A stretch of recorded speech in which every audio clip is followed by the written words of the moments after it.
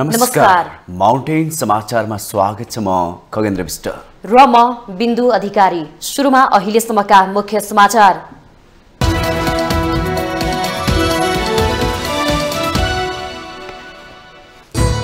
उपराष्ट्रपति पदका लागि सत्ता गठबन्धनबाट रामसहाय प्रसाद यादव, ममता झा र प्रमिला यादवको उम्मेदवारी।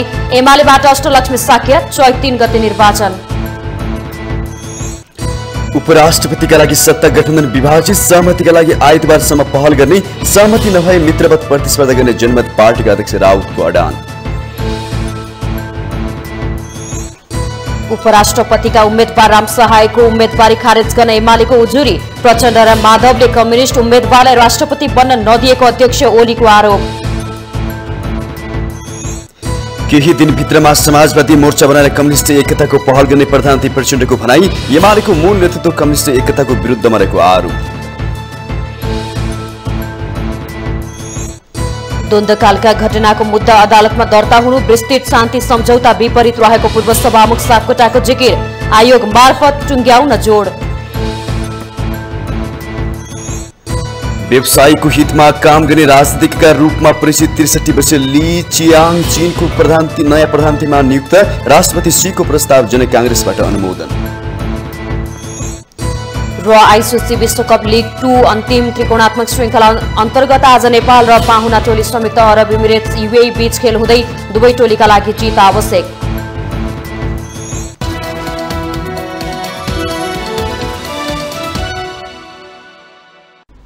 अब समाचार विस्तारमा।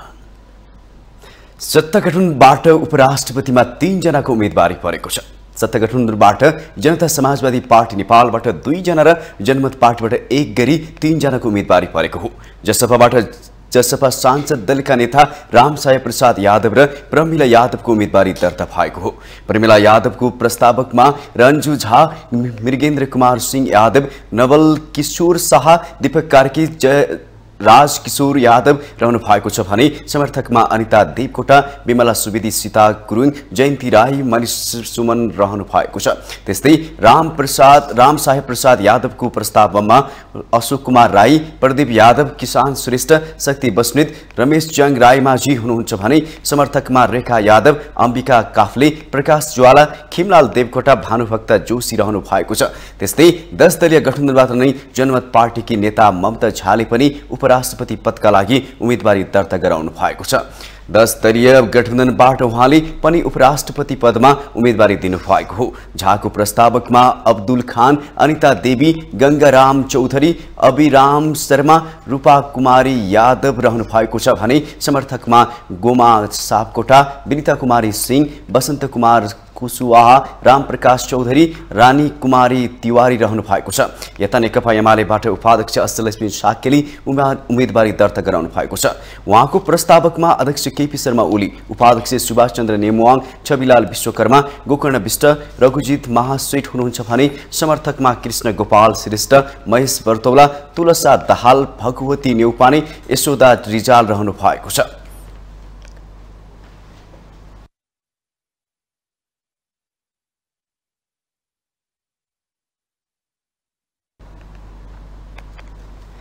यसैबीच उम्मेदवारी दर्तापछि उपराष्ट्रपति पदका उम्मेदवारले आफू विजयी भए मुलुकको हितमा काम गर्ने प्रतिबद्धता जनाउनु भएको छ। सत्ता गठबन्धन मध्येका एक उम्मेदवार रामसहाय प्रसाद यादवले आफू निर्वाचित भए संविधानको रक्षा, राष्ट्रिय एकताका लागि पहल गर्ने प्रतिबद्धता व्यक्त गर्नुभयो। निर्वाचित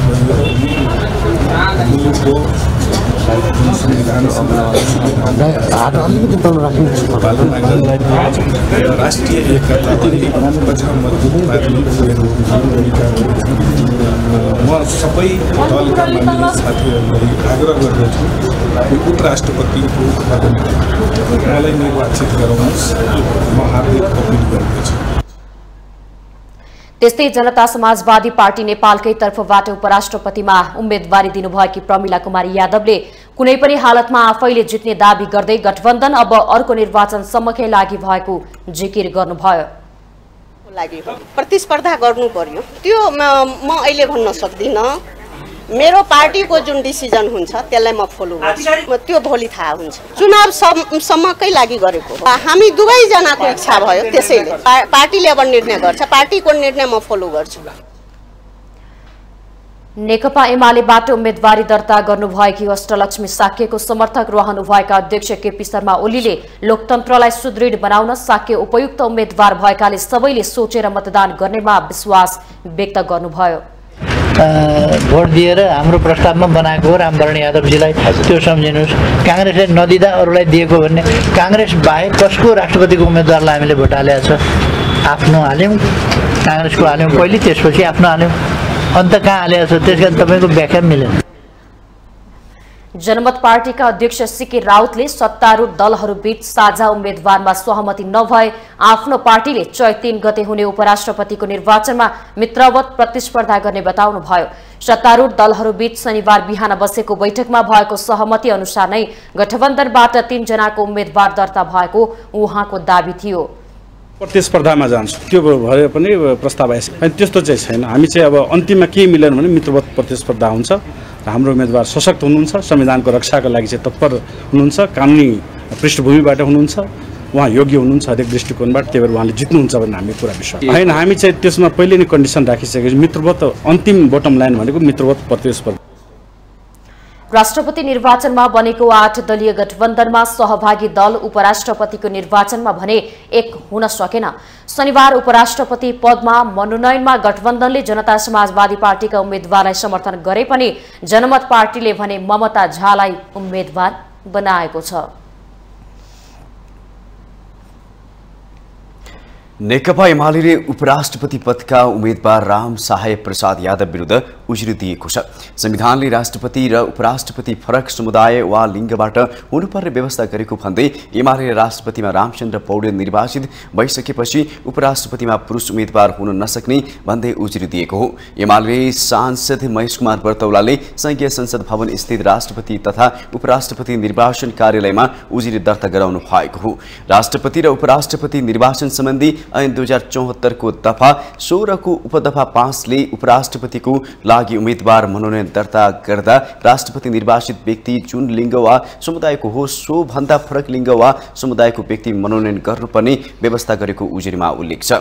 यस अनुसार उपराष्ट्रपतिमा पुरुष बाहेकका उम्मेद्वार हुनुपर्ने भन्दै जसपा नेता राम सहाय प्रसाद यादवको उम्मेदवारी खारिज गर्न माग गरिएको छ। नयाँ संविधानको व्यवस्था तथा आयोगको निर्णय विपरीत तथा विगतको दुवै निर्वाचनमा स्थापित अभ्यास र संविधानको व्यवस्थालाई व्यवस्था गरी यादवको उम्मेदवारी परेकाले पुरुष बाहेक महिलाहरू अयोग्य र असक्षम हुन्छन् भन्ने मान्यतालाई बलपूर्वक स्थापित गर्ने हुँदा आयोगको यही फागुन 26 गतेको निर्णय र सो आधारमा जारी निर्देशन समेतको विरुद्धमा हुँदा उम्मेदवारी खारिज गर्नुपर्ने उजुरीमा माग गरिएको छ।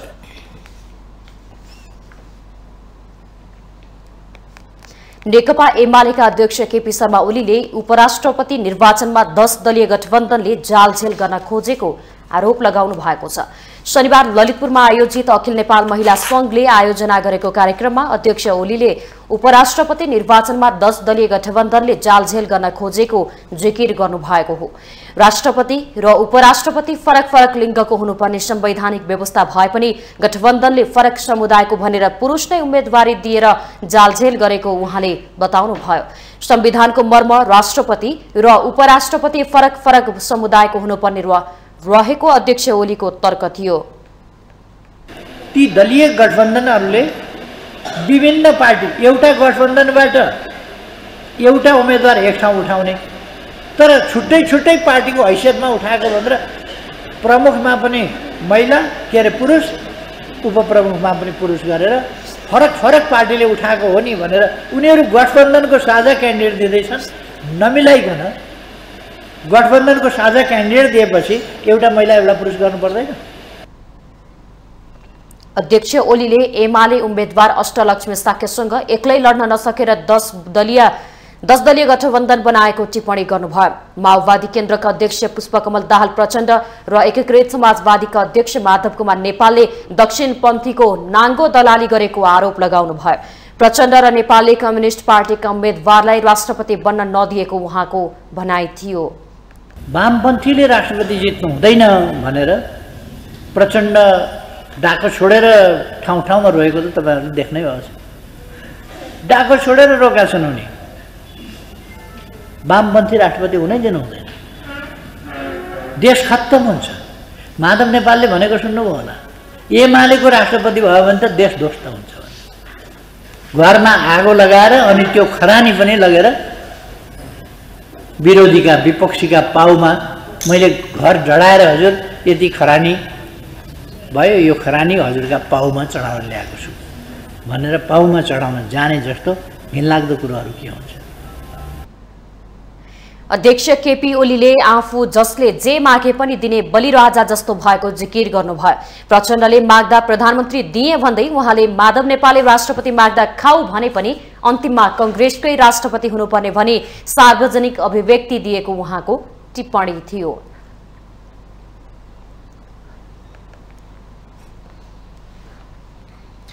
नेकपा एमालेका अध्यक्ष केपी शर्मा ओलीले नेपालको इतिहासलाई लुकाउन खोजेको जिकिर गर्नु भएको छ। शनिबार काठमाडौँको नेक्सस इन्टरनेशनल एकाडेमीको भवन शिलान्यास कार्यक्रममा उहाँले नेपाल भूमिबाट नै ज्ञानको उत्पत्ति भए पनि त्यसलाई लुकाउन खोजेको आरोप लगाउनु भएको हो। उहाँले नेपालका पुर्खा जति विद्वान अन्य कतै नरहेको दावी गर्दै वेद व्यास, विश्वामित्र, कपिल मुनि, गौतम बुद्ध, पणिनिहरूको बारेमा सबैलाई बुझाउन आवश्यक रहेको धारणा राख्नुभयो। उहाँले नेपाल ज्ञानको उत्पत्ति बिन्दु भए पनि पाश्चात्य शिक्षाको प्रभावले ओझेलमा पारिएको तर्क गर्नुभयो।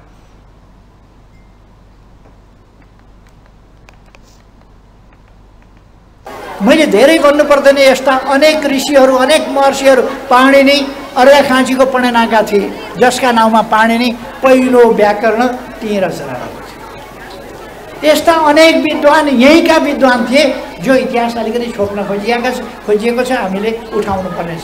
यो इतिहासमा पनि विद्वानहरूको भूमि हो, भविष्यमा पनि विद्वानहरूको भूमि हुनेछ यो नेपाल।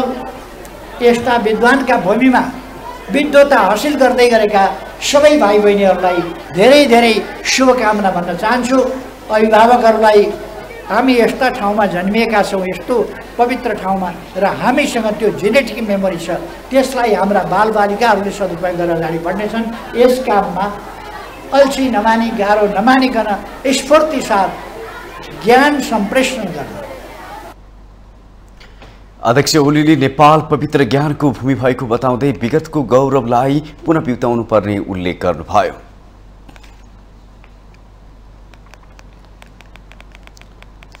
राष्ट्रपति निर्वाचनमा बनेको 8 दलीय गठबन्धनमा सहभागी दल उपराष्ट्रपतिको निर्वाचनमा भने एकबद्ध हुन सकेनन्। शनिबार उपराष्ट्रपति पदमा मनोनयनमा गठबन्धनले जनता समाजवादी पार्टीका उम्मेद्वारलाई समर्थन गरेको छ, तर गठबन्धनकै अर्को दल जनमत पार्टीले पनि उपराष्ट्रपतिमा छुट्टै उम्मेद्वार खडा गरेसँगै गठबन्धनभित्रकै प्रतिस्पर्धाले विवाद बाहिर आएको छ। एक रिपोर्ट। चैत 3 गते हुने उपराष्ट्रपति निर्वाचनका लागि 4 जनाले उम्मेदवारी दिएका छन्। रोचक त यो छ कि उम्मेद्वार मध्ये 3 जना सत्ता गठबन्धनमा आबद्ध दलका छन्। त्यसमा पनि 2 जना जनता समाजवादी पार्टीकै छन्। बाँकी 1 जना नेकपा एमालेका उम्मेद्वार छन्। उम्मेद्वार मध्ये 1 मधेसी पुरुष, 2 मधेसी महिला र 1 जना जनजाति महिला छन्।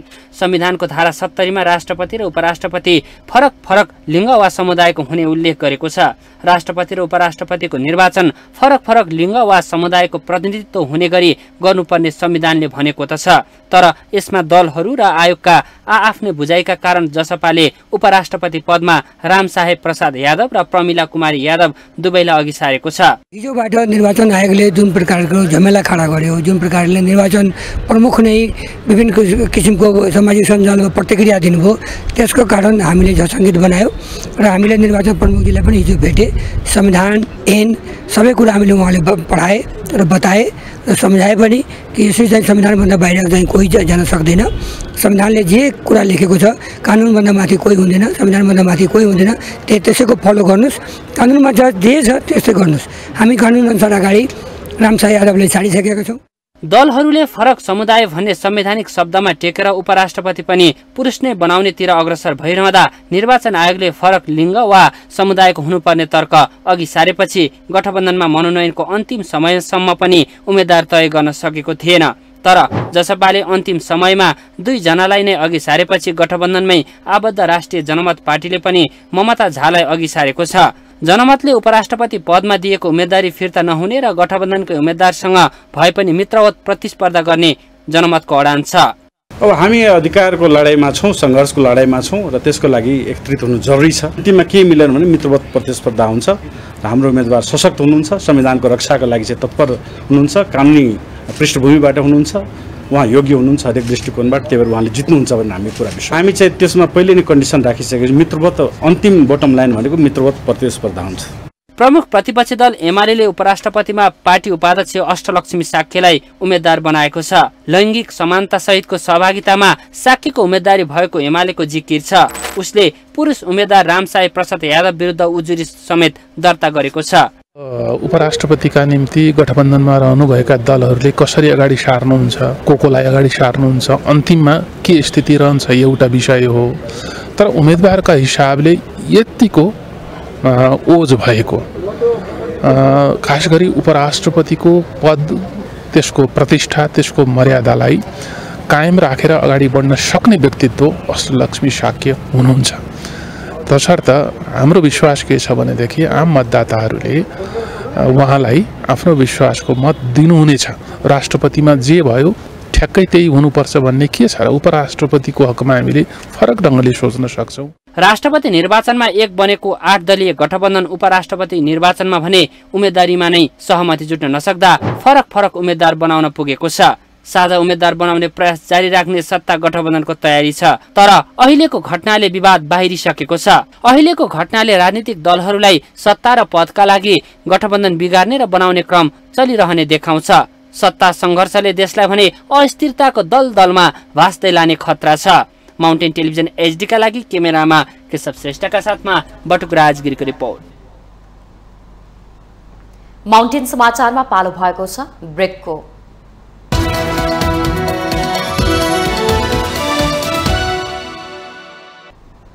ब्रेकपछि स्वागत छ। अब बाँकी समाचार।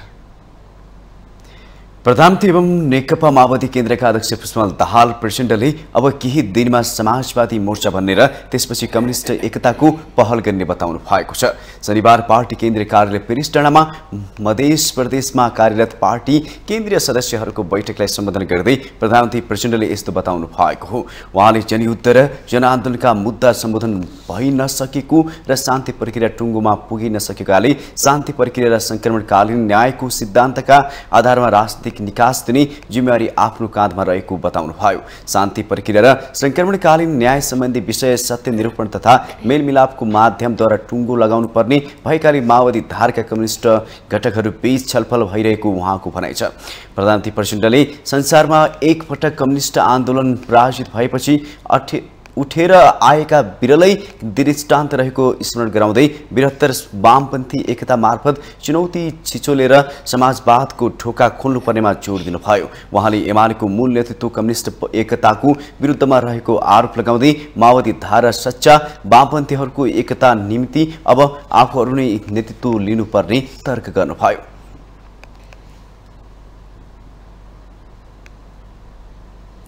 बेला बखत बहालवाला र पूर्व राष्ट्रपतिले राज्य ढुकुटीबाट प्राप्त गर्ने सेवा सुविधाबारे प्रश्नहरू तेर्सिने गरेका छन्। नेपालमा बहालवाला अनि पूर्व राष्ट्रपति तथा उपराष्ट्रपतिले राज्यबाट आखिर के कति सुविधा प्राप्त गर्छन् त हेरौं यो रिपोर्ट। बहालवाला राष्ट्रपति र उपराष्ट्रपतिको हकमा पारिश्रमिक तथा सुविधा सम्बन्धी ऐन 2074ले त्यसबारे व्यवस्था गरेको छ। उक्त ऐनले राष्ट्रपति र उपराष्ट्रपतिलाई मासिक पारिश्रमिकदेखि आवास, सवारी तथा इन्धन अनि सञ्चार सुविधाको व्यवस्था गरेको छ। जस अनुसार राष्ट्रपतिले पारिश्रमिकका रूपमा प्रति महिना 1,50,450 रुपियाँ बुझ्ने र पोशाकका लागि वार्षिक 25,000 पाउने व्यवस्था छ भने उपराष्ट्रपतिको मासिक तलब 1,08,030 रुपियाँ छ। वार्षिक 20,000 पोसाक खर्च प्राप्त गर्ने व्यवस्था ऐनले गरेको छ। बहालवाला राष्ट्रपति र उपराष्ट्रपतिलाई अतिथि सत्कार अनि भइपरि खर्चको सुविधा पनि दिएको छ। यो कानून अनुसार राष्ट्रपति र उपराष्ट्रपतिलाई प्रत्येक महिना मासिक पारिश्रमिक बराबरको अतिरिक्त रकम पाउँछन्। यस्तो रकम अतिथि सत्कार तथा भइपरि खर्च बापत दिइने उल्लेख छ। त्यस्तो खर्चको बिल भरपाई पेश गर्नु पर्दैन। त्यस्तै पारिश्रमिक तथा सुविधा सम्बन्धी ऐनले दैनिक भत्ता अनि बिमाको पनि व्यवस्था गरेको छ। देशभित्रै भ्रमण गर्दा राष्ट्रपति र उपराष्ट्रपतिले 3300 रुपियाँका दरले दैनिक भत्ता पाउँछन् भने भने विदेशी भ्रमणका क्रममा दिनको 250 अमेरिकी डलर भत्ता प्राप्त गर्छन्। चाडपर्व खर्च बापत 1 महिनाको पारिश्रमिक बराबरको रकम प्रत्येक वर्ष प्राप्त गर्ने प्रावधान पनि राखिएको छ। अहिले राष्ट्रपतिका लागि 19 जना र उपराष्ट्रपतिका लागि 15 जना कर्मचारीको व्यवस्था गरेको छ। राष्ट्रपतिलाई 4-4 जना र उपराष्ट्रपतिलाई 3-3 जना सवारी चालक र कार्यालय सहयोगीको सुविधा उपलब्ध गराइएको छ। राष्ट्रपति र उपराष्ट्रपतिले बढीमा क्रमशः 7 र 5 जना विज्ञ नियुक्त गर्न सक्ने व्यवस्था ऐनले गरेको छ। राष्ट्रपति र उपराष्ट्रपतिलाई 1-1 जना निजी चिकित्सक पनि उपलब्ध गराइएको छ। उनीहरूको स्वदेशमा उपचार गराउँदा वा नेपालमा उपचार हुन नसक्ने अवस्थामा विदेशमा उपचार गराउँदा लागेको खर्च सरकारले बेहोर्ने व्यवस्था गरिएको छ। अस्पतालमा भर्ना भएका बेला क्रुवा बसे बापत 3 जनासम्मको मानसिक खर्च पनि सरकारले उपलब्ध गराउने व्यवस्था छ। पूर्व राष्ट्रपतिको सन्दर्भमा सरकारले मन्त्री परिषदको निर्णय बमोजिम सुविधा उपलब्ध गराउने गरेको छ। पूर्व राष्ट्रपतिको नाममा भने हालसम्म कुनै पनि निर्णय भएको नपाइएको गृह मन्त्रालयले जनाएको छ। पूर्व उपराष्ट्रपति समेतलाई सुविधा उपलब्ध गराउने गरी गृह कार्य भइरहेको छ। तत्कालीन नेपाल सरकारको निर्णय अनुसार पूर्व राष्ट्रपतिलाई मासिक 50,000 रुपियाँ वृत्ति उपलब्ध गराउने गरिएको छ। त्यस्तै आवास सुविधा अन्तर्गत घर भाडाका लागि मासिक 2 लाख रुपियाँ उपलब्ध गराउने गरिएको छ। पूर्व राष्ट्रपतिलाई सचिवालयको सुविधा पनि सरकारले उपलब्ध गराएको छ। सरकारले उपसचिव स्तरका कर्मचारीलाई निजी सचिव, सवारी चालक, कार्यालय सहयोगी पनि उपलब्ध गराउने गरेको छ। त्यस्तै पत्र पत्रिका, बिजुली लगायतको बिल बमोजिम रकम भुक्तानी दिने निर्णय पनि सरकारले गरेको छ। विशिष्ट व्यक्तिहरूको सुरक्षा उपलब्ध गराउनका लागि 2077 मा सरकारले स्वीकृत गरेको कार्यविधिमा आधारित रहेर सुरक्षाकर्मी गृह मन्त्रालयले उपलब्ध गराउने गरेको छ। उपराष्ट्रपतिको हकमा स्पष्ट नियम नभएको सरकारी भनाइ रहे पनि सवारी साधन, चालक लगायतको सुविधा उपलब्ध गराइएको मन्त्रालयको भनाइ छ। माउन्टेन टेलिभिजन एसडी का लागि विद्या तामाङको रिपोर्ट। लोकतान्त्रिक समाजवादी पार्टी, जनमत पार्टी र नागरिकको उन्मुक्ति पार्टी बीच कार्यगत एकता गर्ने सहमति भएको छ। 3 पार्टी बीच आपसी समझदारीको आधारमा सहकार्य गर्दै कार्यगत एकताको निम्ति शनिबार सहमति भएको हो। सहमति पत्रमा लोकसभा अध्यक्ष महन्त ठाकुर, जनमत पार्टीका अध्यक्ष सीके राउत र नागरिक उन्मुक्ति पार्टीकी अध्यक्ष रञ्जिता श्रेष्ठ चौधरीले हस्ताक्षर गरेका छन्। नागरिकता ऐन जारी, राजबन्दीको मुद्दा फिर्ता, पूर्व सहमति कार्यान्वयन र उपराष्ट्रपतिमा आफ्नो पार्टीका उम्मेदवार सघाउने गरी कार्यगत एकताको सहमति भएको जनमतका अध्यक्ष राउतले जानकारी दिनुभयो। कार्यगत एकताको निर्णयमा पुगेका यी 3 पार्टीको संघीय संसद र प्रदेश सभामा प्रतिनिधित्व रहेको छ। उनीहरू कांग्रेस माओवादी गठबन्धनमा रहेका छन्।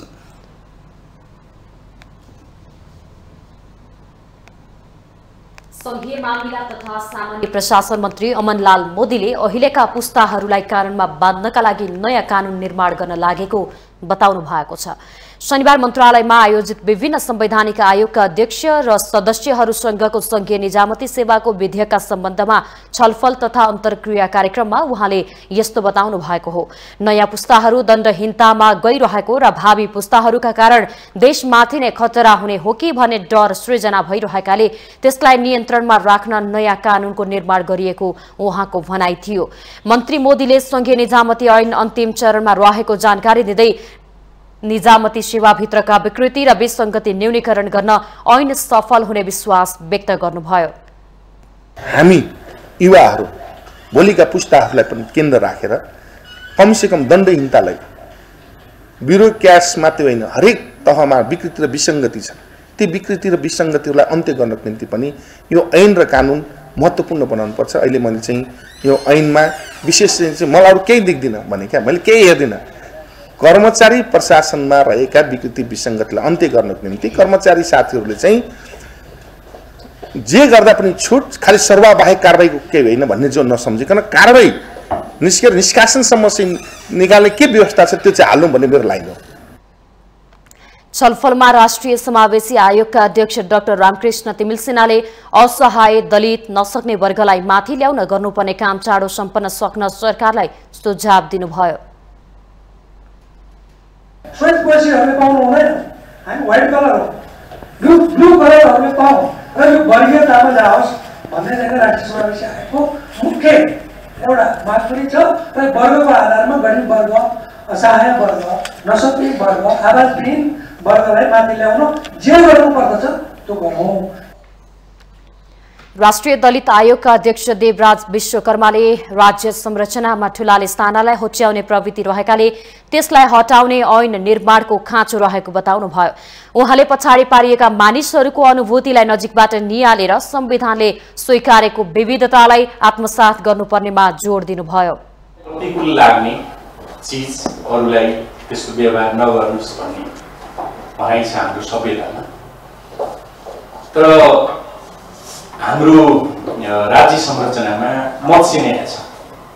ठुलाले सानाहरूलाई खाने, सानाहरू मासिराखेका छन्, ठुलाहरूको जय जयकार भइरहेको छ। यसप्रति हामीले जानेर अथवा नजानेर आँखा चिम्लिरहेका छौँ।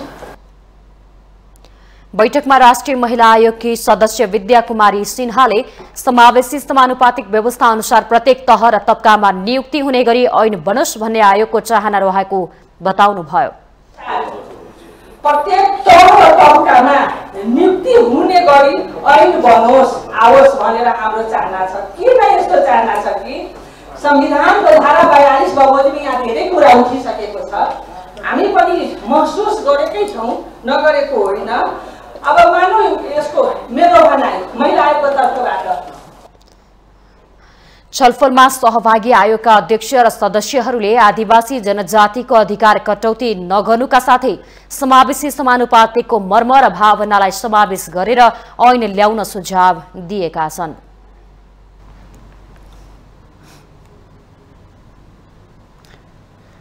संक्रमणकालीन न्याय समस्यामा सीमित पारिदास समाधानतर्फ जिम्मेवार पक्षहरूको व्यवस्थाको विषय बनिरह्यो। यसलाई दण्ड पीडितको मात्रै समस्या मानेर गहन राष्ट्रिय समस्या मानिएन। तर जति जति जिम्मेवार पक्षी समस्याबाट भाग्न खोजे उत्तिकै यो विषयले लखेटिरह्यो। अब भने यसको वैध समाधानको समयमै समाधान निकाल्न ढिलो गरिनुहुन्न। एक रिपोर्ट। सरकारले बेपत्ता पारिएका व्यक्तिहरूको छानबिन सत्य निरूपण तथा मेलमिलाप आयोग ऐन 2071लाई संशोधन गर्न फागुन 25 गते संसदमा संशोधन विधेयक दर्ता गराएको छ। प्रधानमन्त्री प्रचण्डमाथि 3 वर्ष अघि दिएको दण्डकालीन विषयको अभिव्यक्तिले अदालतमा रिट नै दर्ता भएपछि सरकारले विधेयक दर्ता गर्न आतुर भयो। यो सँगै शान्ति प्रक्रियाका बाँकी काम पूरा गर्नेतर्फ जिम्मेवार पक्ष दबावमा परेका छन्। तर विधेयक आउँदैमा समस्या समाधान भइहाल्ने देखिँदैन। विधेयकमा पनि असन्तुष्टि कायमै छ। विधेयकले संक्रमणकालीन न्यायका प्रमुख 2 खम्बा न्याय र परिपूरणका बीचमा सन्तुलन कायम गर्न सुकेको गुनासो पीडित समुदाय र नागरिक समाजले गरिरहेका छन्। हामी चाहन्छौँ मानव अधिकार उल्लङ्घनका घटनाहरूमा संलग्न ठुला अपराधीहरूलाई दण्डित गर्नुपर्छ। हामी त्यसमा सम्झौता गर्ने पक्षमा छैनौँ। जुन गतिमा संक्रमणकालीन न्याय प्रक्रियालाई निष्कर्षमा पुर्याएर टुङ्गोमा पुर्याउनु पर्दथ्यो त्यो भएन। पीडाहरू बिर्साउने नाममा दण्डका बखत भएका गम्भीर मानवाधिकार उल्लङ्घनका घटनाहरूलाई सामसुम पार्न खोजियो। न्याय नपाएर पीडितहरू झन्झन छटपटी रहे, आशाहरू निराशामा बदलिए। अहिले विधेयक दर्ता भएपछि आशाको सानो दियो बलेको छ।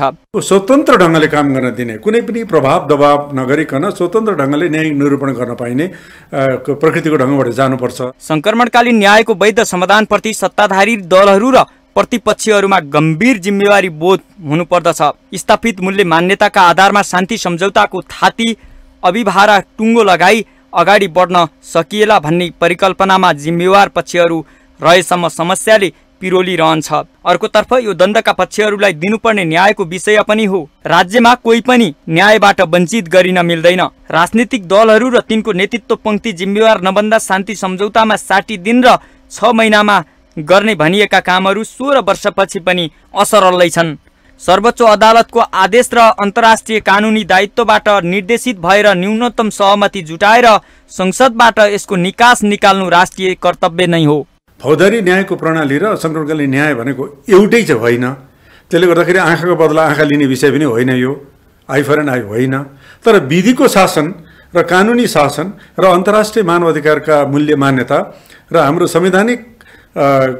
संविधानले दिएका अधिकारहरूको चाहिँ प्रत्याभूत गराउने, प्रभावकारी प्रत्याभूत गराउने ढङ्गबाट यसलाई जानुपर्दछ। न कि द्वन्द्वको नाममा सबै कुराहरू क्षम्य हुन्छ भन्ने कुरा चाहिँ संक्रमणकालीन न्यायले त्यसलाई मान्यता दिँदैन। विधेयक विवाद मुक्त भने छैन। मानवाधिकारको उल्लङ्घनको कोटीमा पर्ने अपराधहरू मेलमिलाप तथा क्षमादान योग्य बनाइएकोमा असन्तुष्टि छ। मानवाधिकारको गम्भीर उल्लङ्घन जस्ता अपराधमा संलग्नको हकमा फौजदारी जवाबदेहिता अनिवार्य हुने व्यवस्था गरिए पनि त्यसको अनुसूची वर्गीकरणको विषय चासोको विषय छ। गम्भीर अपराधका घटनाहरूलाई द्वन्द्वको परिस्थितिको खोल ओढाएर क्षमा दिन खोजिए भविष्यमा मानवाधिकार उल्लङ्घनका गम्भीर घटना घटाउने समूह पैदा भइरहने अवस्था बन्छ। क्षमादान पाउनुपर्छ, तर त्यसका नाममा गम्भीर मानवाधिकार उल्लङ्घनका पीडित अन्यायमा पर्नु हुँदैन। माउन्टेन टेलिभिजन एसडीका लागि लक्ष्मीप्रसाद नेउपानेको रिपोर्ट। माउन्टेन समाचारमा पालो भएको छ ब्रेकअप।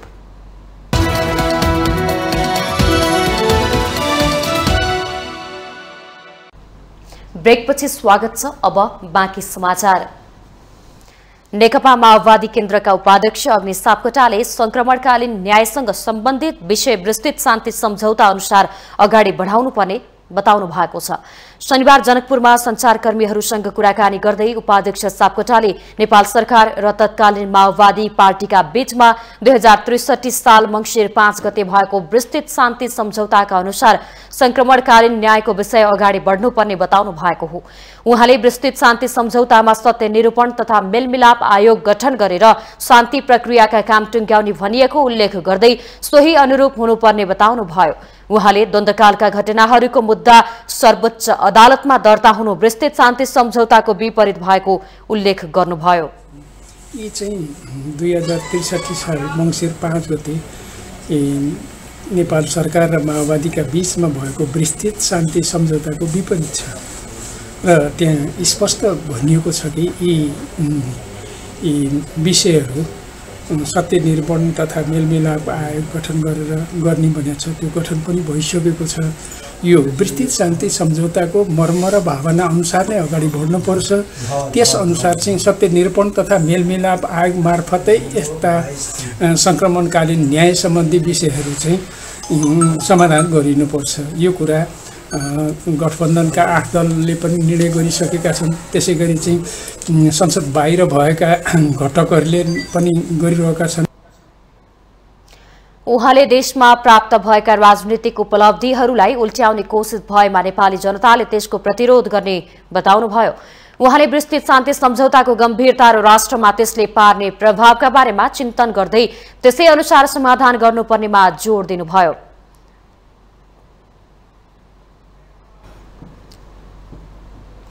14 वर्षपछि हुन लागेको स्वतन्त्र विद्यार्थी युनियन सोभ्यू निर्वाचनले देशभरका क्याम्पसमा अध्ययन गर्ने विद्यार्थी र विद्यार्थी नेताहरूमा राजनीति गरमाएको छ। आगामी चैत 5 गते हुने भनिएको सोभ्यू निर्वाचनका लागि शनिबार उपत्यका सहित देशभरका त्रिविका आङ्गिक र सम्बन्ध प्राप्त अधिकांश क्याम्पसहरूमा निर्वाचनको कार्यतालिका सार्वजनिक गरी मनोनयन दर्ता गरिएको छ। लामो समयपछि हुन लागेको सोभ्यू निर्वाचनलाई विद्यार्थी र विद्यार्थी संगठनका नेताहरूले भने सकारात्मक रूपमा लिएका छन् भने विद्यार्थी संगठनहरू निर्वाचनका लागि तयारी अवस्थामा छन्।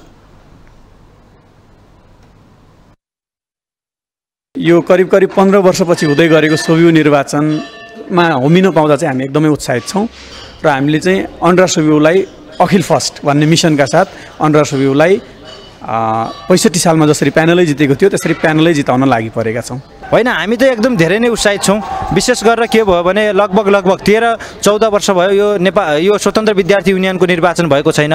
यो निर्वाचन नभएका कारण क्याम्पसमा हुने गतिविधिहरू विद्यार्थीका हकहितका लागि बोलिदिने संस्था नभएको र यहाँको शैक्षिक अवस्था कमजोर भएको हाम्रो यो जुन ठम्याइ छ यो शैक्षिक अवस्थालाई चाहिँ बलियो बनाउन यहाँको चाहिँ विद्यार्थीका हकहितका लागि बोल्ने एउटा संस्था स्थापना गर्नलाई हामीले यो स्वतन्त्र विद्यार्थी युनियनको निर्वाचन चाहेका थियौँ। यो निर्वाचन हुँदैछ, यसमा हामी उत्साहित छौँ। रेगुलर विद्यार्थीको नेता रेगुलर विद्यार्थी बन्दाखेरि त्यहाँभित्रका आन्तरिक समस्याहरू के छन्, क्लासमा के समस्या छन्, पठन पाठनमा के समस्या छन्, होइन भौतिक संरचनामा चाहिँ क्याम्पसमा के गर्नुपर्ने हो, शैक्षिक गुणस्तर कसरी सुधार गर्नुपर्ने हो, यी यावत विषयहरूमा चाहिँ एउटा चाहिँ त्यसले चाहिँ एउटा दबाब दिने सिर्जना गर्ने खालको वातावरण बन्छ र त्यो असली विद्यार्थीले मात्रै जानेको हुन्छ।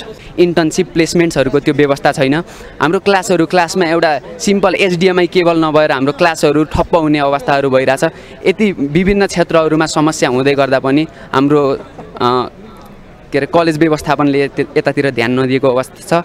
त्यसै गरी विद्यार्थी सङ्गठनहरू पनि यस्ता समस्यामा चाहिँ जुन एकजुट भएर लाग्नुपर्ने हो त्यो लागिरहेको छैन। यस्ता विभिन्न समस्याहरूले गर्दा म चाहिँ उम्मेदवारी दिन बाध्य भएको छु। सोभ्यू एउटा अधिकार हो जो कि हुनु नै पर्छ, होइन 2 वर्षमा हुनुपर्छ। तर केही कमी कमजोरी कारण त्रिवीको कमी कमजोरी भनौँ अथवा हाम्रो क्याम्पसहरूको कमी कमजोरी भनौँ त्यो हुन सकेको छैन। त्यसकारण चाहिँ हाम्रो क्याम्पसको अवस्था चाहिँ अहिले निकै बिग्रेको छ होइन, जुन सब सुविको बेला हुने गरेछ जस्तो माहौल बन्यो अथवा जुन एउटा विकास हेरिन्छ अथवा एउटा इफेक्टिभली मेन्टेनेन्समा जुन जान्छ नि फङ्सनिङ गर्नुपर्ने हो त्यो चाहिँ हुँदैन। तर सोबिउले चाहिँ एउटा त्यो माहौल क्रिएट गर्छ र त्यो माहौल फेरि आउँदाखेरि चाहिँ हामीलाई निकै खुसी लागिरहेछ।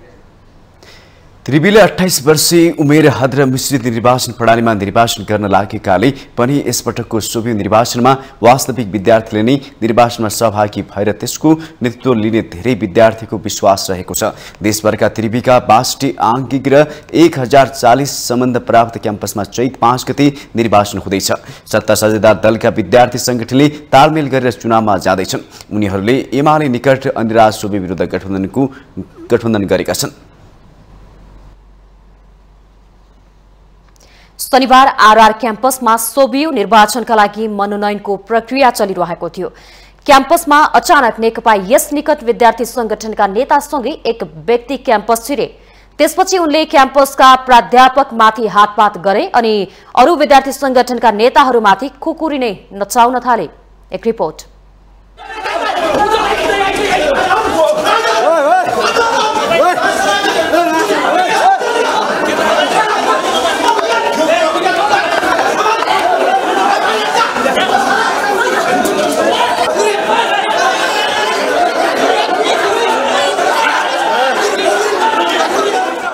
हातमा खुकुरी बोकेर आएका व्यक्तिले आरआर क्याम्पसमा केही बेर आतंक नै मच्चाए।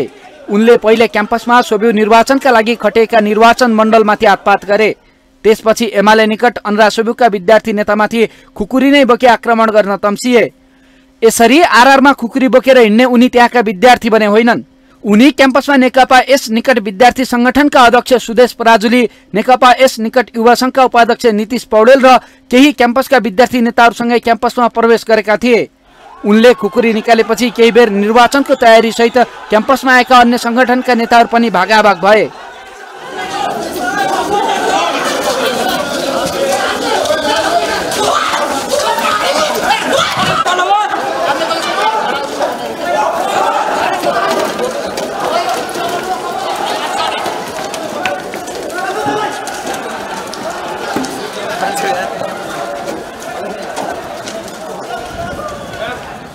घटना साम्य पार्न प्रहरीलाई केही बेर हम्मे नै पर्यो। प्रहरीले क्याम्पसभित्र थप झडप नहोस् भन्दै सबैलाई बाहिर निकाल्न खोज्यो, तर विद्यार्थीहरू भने उल्टै प्रहरीसँगै वाद विवाद गर्न तम्सिए।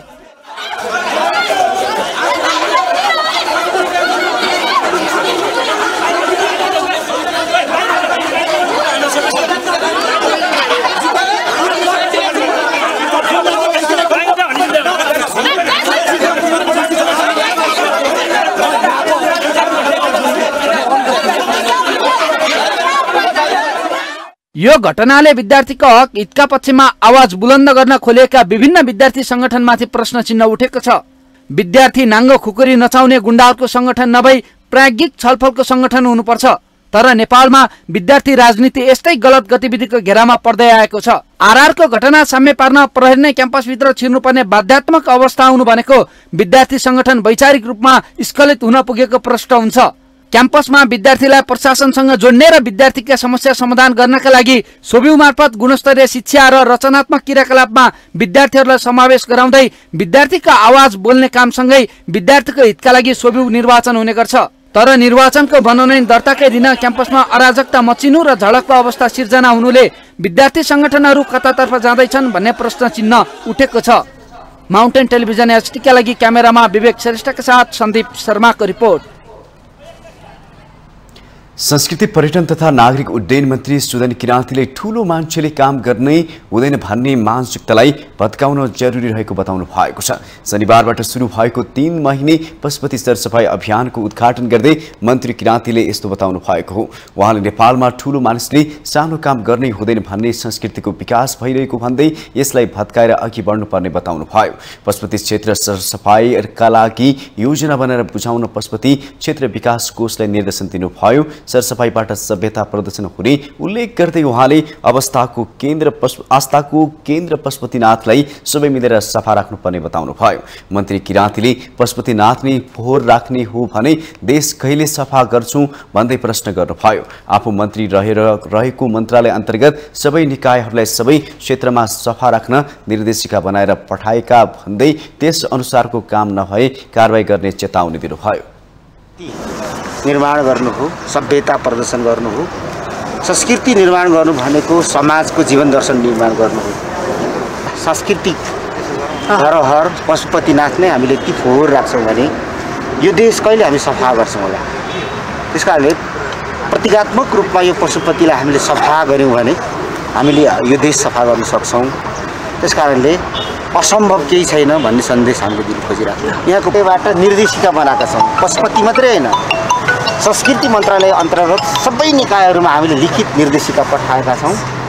त्यो निर्देशिका अनुसार तपाईँको अब काम हुनुपर्छ। निर्देशिकाको आधारमा हाम्रो कार्यालयहरूले मातहतको तपाईँको चाहिँ अफिसहरूले काम गरेन भने हामी निर्देशिकाको आधारमा हामी प्रश्न गर्छौँ या कारबाही गर्छौँ। मन्त्री किराँती आफै कुचो लगाएर र आसपासका क्षेत्रहरूको फोहोर टिपेर पशुपति सरसफाइमा सरिक हुनुभयो। अबको 3 महिनासम्म हरेक शनिबार 8 बजेदेखि 10 बजेसम्म पशुपति सरसफाइ अभियान सञ्चालन हुनेछ। नेपाल जाइका अल्मलाइन एसोसिएसन जानले 49औं वार्षिकोत्सव मनाएको छ। नेपालका लागि जापानी राजदूत किकुता युताकाको प्रमुख आतिथ्यतामा मनाइएको वार्षिकोत्सवमा जानले तयार पारेको पुस्तक मिलन विमोचन गरिएको थियो। कार्यक्रममा नेपालका लागि जापानी राजदूत किकुता युताकाले जानले नेपाल जापान बीचको आर्थिक र सामाजिक सम्बन्ध विस्तार गर्न सहयोग पुर्याउँदै आएको भन्दै धन्यवाद दिनुभयो। Over the years, to strengthening friendly relations between Japan and Nepal and promoting mutual understanding. JICA नेपालका प्रतिनिधि ओकिमित्सु ओकुम्बुले नेपाल जाइका अल्मनाई एसोसिएसन जान लामो समयदेखि निरन्तर गर्दै आइरहेको कार्यक्रमले दुवै देशमा राम्रो सन्देश गएको बताउनुभयो। And activities in Nepal were also conducted during the pandemic situation. The willingness and commitment showcased during these difficult times are praiseworthy. जानका अध्यक्ष डाक्टर रामचन्द्र भुसालले जानले नेपाल जापान सम्बन्धमा विशेष भूमिका खेल्ने बताउनुभयो। I'd like to thank all concerned officials of Embassy of Japan, JICA Nepal, Government of Nepal, and JAN members for their kind support for conducting JAN activities every time. And now I am expecting the same type of cooperation in the days to come.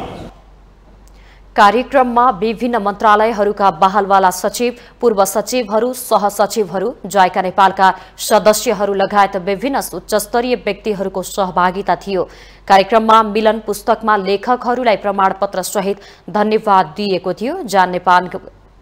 जान जापानका अध्ययन गरी फर्केका नेपाल सरकारका बहालवाला तथा सेवानिवृत्त सरकारी कर्मचारी, विभिन्न सार्वजनिक क्षेत्रका प्राविधिक, प्राज्ञ, स्वतन्त्र प्राविधिक तथा व्यावसायिक सामाजिक संस्था हो।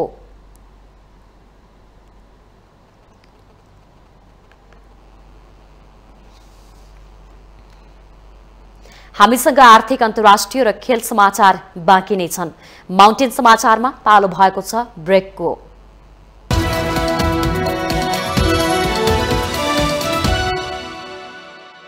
ब्रेकपछि स्वागत छ। बाँकी यो सँगै आर्थिक समाचारको पालो भएको छ। आर्थिक समाचारको साथमा जगदम्बा सुपर साइन तथा ग्याल्बा प्लस जीवनभरको भरोसा प्रस्तुत छ। रिद्धि सिद्धि सिमेन्ट गुणस्तरको नयाँ स्तर।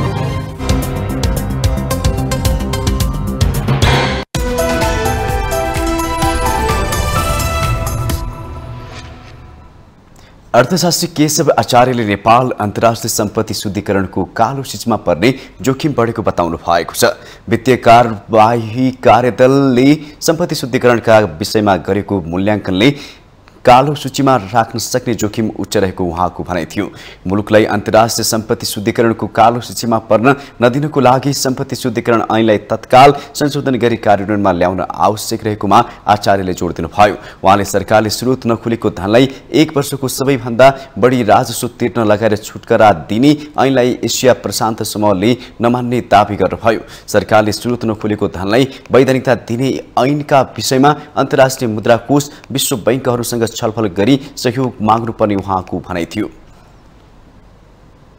डिक्लेयर गर्न नसक्ने हैन त्यस्तो स्रोत नभएको धन भयो भने सम्पत्ति भयो भने त्यो वर्षको म्याक्सिमम ट्याक्स तिर्ने अनि उसलाई छुटकारा दिन भनेको त्यो चाहिँ मलाई लाग्छ यो एपीजी एसिया पेसिफिक ग्रुप एफएटीएफले मान्दैन। यदि त्यो गर्ने नै हो भने पनि हाम्रो सरकारले यो अन्तर्राष्ट्रिय मुद्रा कोष, विश्व ब्याङ्कहरूसँग बसेर यो समस्या छ what is the way out के गर्न सक्छौँ त हामी, तिमीहरूले हामीलाई सपोर्ट गर्न सक्छौ, हाम्रो इकोनोमीको कन्स्टेन्ट यो हो, वी आर मोर इन्फर्मल भन्ने हिसाबले अगाडि बढ्यो भने राम्रो हुन्छ। निर्वाचन पश्चात बनेको नयाँ सरकारले सम्पत्ति शुद्धिकरण ऐनमा स्रोत नखुलेको धनलाई नै वैधानिक बनाउन पाउने गरी ऐन संसदमा पेश गरेको छ। यो व्यवस्था गर्न नहुने पक्ष र विपक्षमा बहस भइरहेको छ।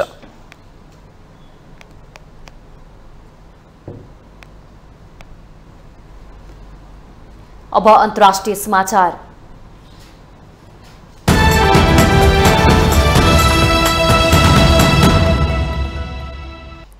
चिनिया संसद जनकंग्रेसले राष्ट्रपति सी जिनपिङका विश्वासपात्र मानिएका ली चियाङलाई प्रधानमन्त्री बनाएको छ। राष्ट्रपति सी आफैले लीको नाम प्रस्ताव गरेको बताइएको छ, जसलाई जनकंग्रेसले अनुमोदन गरेको छ। 63 वर्षीय ली व्यवसायको हितमा काम गर्ने राजनीतिज्ञका रूपमा परिचित हुनुहुन्छ। ली सुरुवाती दिनमा चीनको क्षेत्रीय राजनीतिमा सीसँगै हुनुहुन्थ्यो। उहाँपछि उपराष्ट्रपतिका रूपमा केन्द्रीय सत्तामा आउनु भएको हो। त्यसअघि ली सांघाई पार्टी कमिटिको प्रमुखको भूमिकामा समेत काम गर्नु भएको थियो। शुक्रबार मात्र सी तेस्रो पटक चीनको राष्ट्रपति बन्नु भएको हो। शून्य कोभिड नीतिको असर चीनिया व्यावसायिक क्षेत्रमा परेको र निजी क्षेत्रसँग राम्रो सम्बन्ध भएकाले सीले लीलाई प्रधानमन्त्री बनाएको बुझिएको छ। लीले वर्तमान ली खच्याङलाई पदस्थापना गर्नुहुनेछ। ली खच्याङ राष्ट्रपति सीकै प्रतिस्पर्धी समेत मानिनुहुन्छ। खच्याङ चिनिया कम्युनिस्ट पार्टीका पाका नेता तथा पूर्व राष्ट्रपति हु जिन्ताओ निकट भनेर परिचित ठानिन्छ। हुलाई गत अक्टोबरको पार्टीको महाधिवेशनमा बेचमे हलबाट निकालिएको थियो। ली चियाङ गत महाधिवेशनबाटै चिनिया कम्युनिस्ट पार्टीको शक्तिशाली पोलिट ब्युरोमा बढुवा हुनुभएको थियो। उक्त महाधिवेशनले सो निकट विश्वासपात्रलाई नै पोलिट ब्युरोमा ल्याएको थियो, जसमा निवर्तमान प्रधानमन्त्री ली खच्याङ समेत हटाउनु भएन। 7 सदस्यीय पोलिट ब्युरोमा राष्ट्रपति सी सहित चाओ लेची, वाङ खुनिङ, ली चियाङ, साई ची, डिङ सियासियाङ र ली सी रहेका छन्।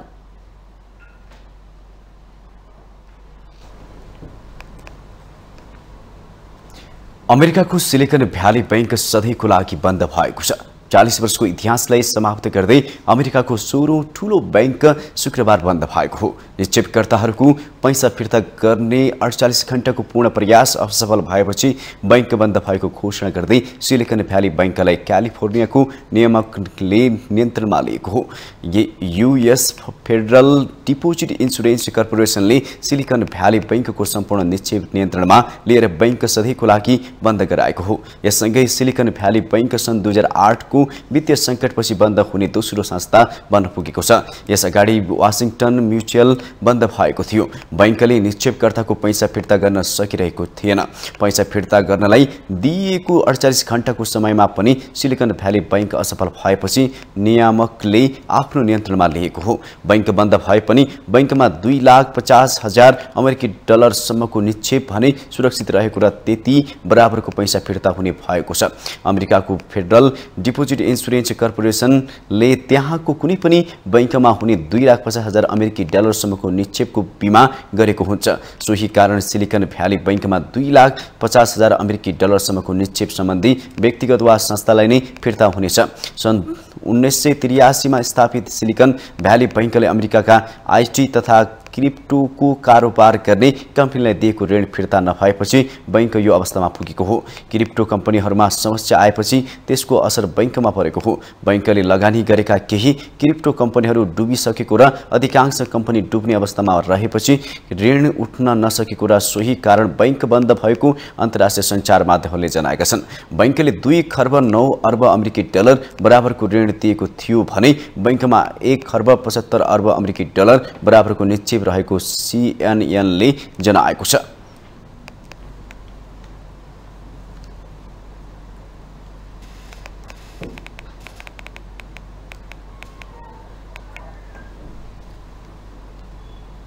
अब खेल समाचार।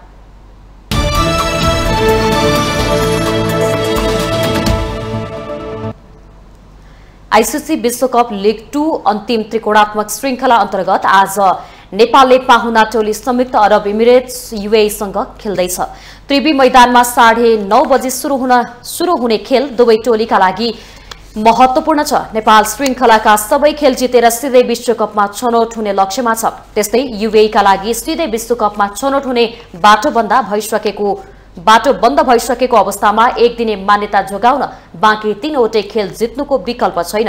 नेपालले अघिल्लो खेलमा पीएनजीलाई 52 रनले हराइसकेको र यूएई पीएनजीसँग 56 रनले हारिसकेको छ।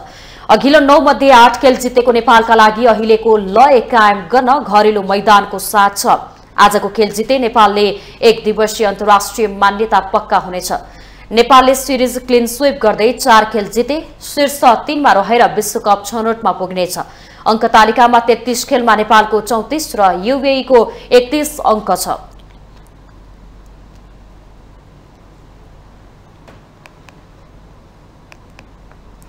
विभागीय टोली नेपाल पुलिस क्लब राजधानीमा जारी शहीद स्मारक ए डिभिजन लीगमा लगातार तेस्रो हार भोग्दा जाउलाखेल युथ क्लब र एपीएफले बराबरी खेल्दै अङ्क बाँडेका छन्। ललितपुर स्थित चासल मैदानमा सम्पन्न खेलमा पुलिस सङ्कटा क्लबसँग 3-0 गोल अन्तरले पराजित हुँदा अर्को खेलमा जाउलाखेल र एपीएफ क्लब गोल रहित बराबरी खेल्दै अङ्क बाँडेका हुन्। सङ्कटाले पुलिसमाथि सहज जित निकाल्ने क्रममा सुरुवातबाट नै दबाव दिएर खेलेको थियो।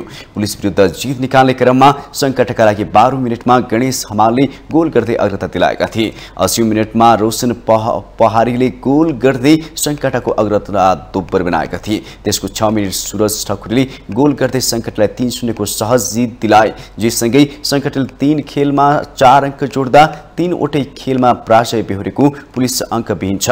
लीग अन्तर्गत शनिबार सम्पन्न अर्को खेलमा अर्को विभागीय टोली एपीएफ जाउलाखेल युथ क्लबसँग गोल रहित बराबरीमा रोकियो। 10 खेलाडीमा समेटिएको एपीएफ विरुद्ध मौकाको फाइदा उठाउन नसक्दा जाउलाखेल युथ क्लबले 1 अङ्कमा चित्त बुझाएको छ। यो बराबरीपछि जाउलाखेलको 3 खेलमा 7 अङ्क भएको छ। शनिबार नै भएको अन्तिम खेलमा 7 दोपटो युथ क्लबले लगातार तेस्रो जित निकालेको छ। त्रिपुर स्थित दशरथ रङ्गशालामा भएको खेलमा फ्रेन्च क्लबलाई 1-0 गोल अन्तरले हराउँदै 7 दोपटोले लगातार तेस्रो जित निकालेको हो। प्रतिस्पर्धात्मक खेलमा 7 दोपटोलाई जित दिलाउन दीपक राज ठकुरीले निर्णायक गोल गरे। लीगमा आइतबार 2 खेल हुनेछन्। एन्फा कम्प्लेक्समा हुने खेलमा मनाङ मर्स्याङदे फुटबल क्लब र मसिन्द्र फुटबल क्लब तथा चासल मैदानमा न्युरो टिम र त्रिभुवन आर्मी क्लब बीच प्रतिस्पर्धा हुनेछ।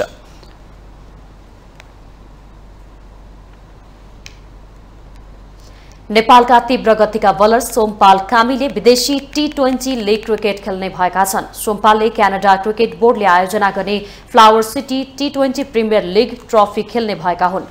क्यानाडा क्रिकेट बोर्डले सोमपालले ओटावा फाल्कोन्सबाट उक्त प्रतियोगिता खेल्ने जनाएको छ। सोमपाल रहेको टोलीमा चाणविक वाल्टन आइकन खेलाडी छन्। सोमपाल र चाणविकले केही महिना अघि नेपाल टी20 लीग जनकपुर रोयल्सबाट सँगै खेलेका थिए। प्रतियोगितामा 6 टोली बीच प्रतिस्पर्धा हुनेछ। प्रतियोगिता आगामी जुन 9 देखि 19 सम्म चल्नेछ।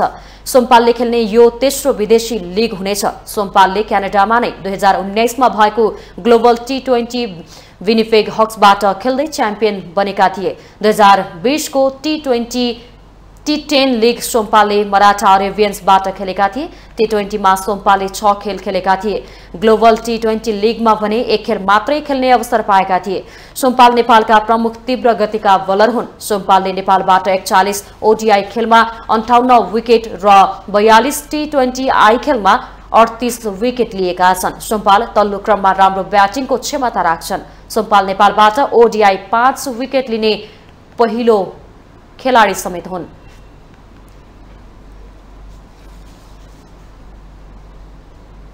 माउन्टेन समाचारमा पालो भएको छ अर्को ब्रेकको।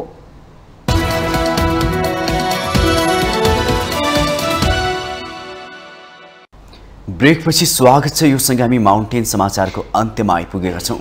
जाँदा जाँदै मुख्य समाचार पुनः एकपटक।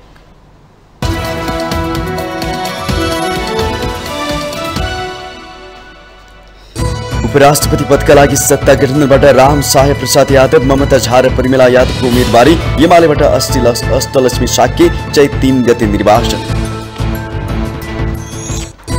उपराष्ट्रपतिका लागि सत्ता गठबन्धन विभाजित, सहमतिका लागि आइतबारसम्म पहल गर्ने, सहमति नभए मित्रवत प्रतिस्पर्धा गर्ने जनमत पार्टीका अध्यक्ष राउत कडान। उपराष्ट्रपतिका उम्मेदवार राम सहायको उम्मेदवारी खारिज गर्ने एमालेको उजुरी, प्रचण्ड र माधवले कम्युनिस्ट उम्मेदवारलाई राष्ट्रपति बन्न नदिएको अध्यक्ष ओलीको आरोप।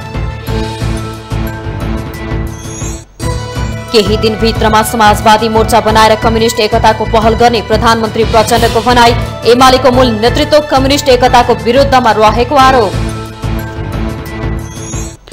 दण्डकालका घटनाको मुद्दा अदालतमा दर्ता हुन विस्तृत शान्ति सम्झौता विपरीत रहेको पूर्व सभामुख सापकोटाको जिकिर, आयोगको मार्फत टुङ्ग्याउनु पर्ने जोड। व्यवसायको हितमा काम गर्ने राजनीतिज्ञका रूपमा परिचित 63 वर्षीय ली चियाङ चीनको नयाँ प्रधानमन्त्रीमा नियुक्त, राष्ट्रपति श्रीको प्रस्ताव जनकंग्रेसबाट अनुमोदन। र आइसिसी विश्वकप लिग 2 को अन्तिम त्रिकोणात्मक श्रृङ्खला अन्तर्गत आज नेपाल र पाहुना टोली संयुक्त अरब इमिरेट्स युए बीच खेल हुँदै दुवै टोलीका लागि जित आवश्यक।